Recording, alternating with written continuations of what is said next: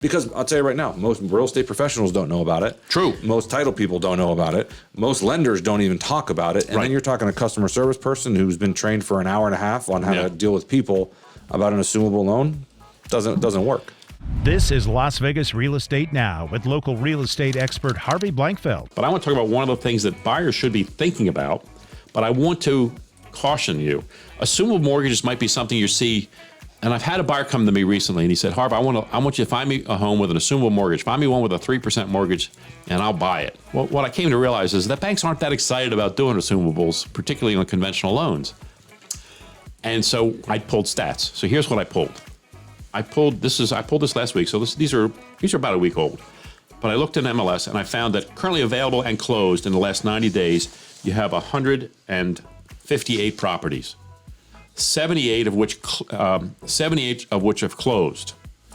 Of the 78 that closed, that was made available with an assumable loan, only 11 actually assumed the loan. Now, what were you going to say? So a couple of different things. One, we've closed transactions with assumable loans. And I'm going to give you the normal scenario, which is everybody works with the title company, right? Buyer, seller, existing lender. Right. Everybody works with the title company. We get in there and we handle the paperwork. Right. Okay.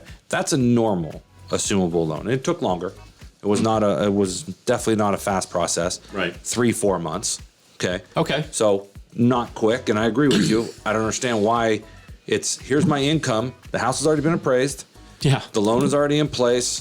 They're coming in with money to make the difference between a big down payment. A big down payment. It's almost a no-brainer except for one thing.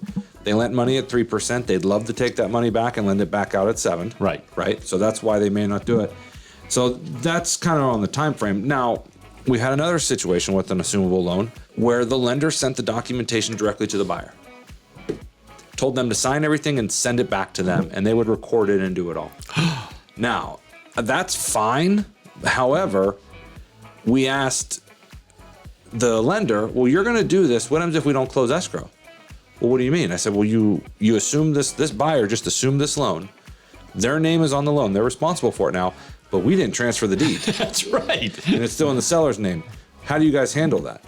Well, that shouldn't happen. Well, how is it not going to happen? Yeah, come on, guys. You're not going to tell us. You're trying to end run escrow? Right. Oh, my goodness. I said, I understand that you want to handle it, but why don't you let us handle the recording of the deed of trust? Yeah. With the deed. Right. And it took 3 weeks to get an answer. Yeah. And they still said no. The point of that is the lenders don't know. You're Yeah. talking to customer service people when you call into Right. the mortgage company. They have no idea about an assumable loan. Because I'll tell you right now, most real estate professionals don't know about it. True. Most title people don't know about it. Most lenders don't even talk about it. And Right. then you're talking a customer service person who's been trained for an hour and a half on how to deal with people about an assumable loan. Doesn't work.